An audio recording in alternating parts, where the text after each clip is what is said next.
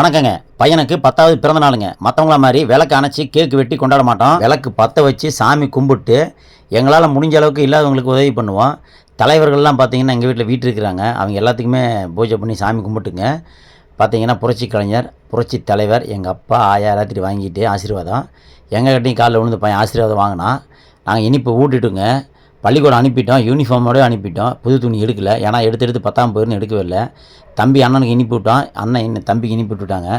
அண்ணன் வந்து தம்பிக்காரனுக்கு வந்து அவனுக்கு பிடிச்ச ஸ்டிக்கர் பரிசளித்தான். அது மட்டும் இல்லாமல் அவனுக்கு பிடிச்ச ரிமோட்டு காரை ஆன்லைனில் ஆர்டர் போட்டுருக்கிறான். என்னோட பெரியம்மா பையன்கிட்ட இனிப்பு கொடுத்து ஆசீர்வாதம் வாங்கினான். எனக்கு அப்பா அம்மா மாதிரி இருக்கிற எங்கள் அண்ணார்கிட்டையும் அன்னிக்கிட்டையும் ஆசீர்வாதம் வாங்கினான். அவரோட மருமகள்கிட்டையும் ஆசீர்வாதம் வாங்கினான். என்னோட மூத்த அண்ணாருடைய பையன்கிட்டையும் அவரோட மனைவிட்டையும் ஆசீர்வாதம் வாங்க. பக்கத்தில் இருக்கிற சைக்கிள் தாத்தா கிட்டையும் ஆயா கிட்டையும் விழுந்து ஆசீர்வாதம். திருவாச தாத்தா கிட்ட காலில் விழுந்து ஆசீர்வாதம் வாங்கி அவருக்கு இனிப்பு கொடுத்தான். பையனை பள்ளிக்கூடத்தில் கொண்டு போய் விட்டங்க. டீச்சர் ஆசீர்வாதம் பண்ணாங்க. பசங்களும் ஹாப்பி பர்த்டே சொன்னாங்க. பசங்க பிள்ளைங்க எல்லாத்துக்குமே சாக்லேட் கொடுத்தாங்க. சாயந்தரம் ஸ்கூல்லேருந்து வந்ததுக்கப்புறம் ஒரு 6 மணிக்குங்க ஈரோடு சோழீஸ்வரர் கோயிலுக்கு போயிங்க சிவபெருமான மனமுருக கும்பிட்டு வீட்டுக்கு வந்துங்க. ஒரு 7 மணிக்கு வயசான பெரியவங்களுக்கு எல்லாத்துக்குமே டிஃபன் ரெடி பண்ணி கொடுத்தாங்க. எல்லாருமே பார்த்தீங்கன்னா தனியாக இருக்கிறவங்க, வயசானவங்க, இல்லாதப்பட்டவங்களுக்கு தான் எல்லாமே கொடுத்தாங்க. சந்தப்பட்ட மாரியம்மன் கோயிலிங்க அந்த அர்த்தநாரீஸ்வரர் வந்துட்டாருங்க. ஆமாங்க, 2 திருநங்கை இருந்தாங்க. அவங்களுக்கு இனிப்பு கொடுத்துங்க, டிஃபன் கொடுத்து என் பையன் ஆசீர்வாதம் வாங்கினா.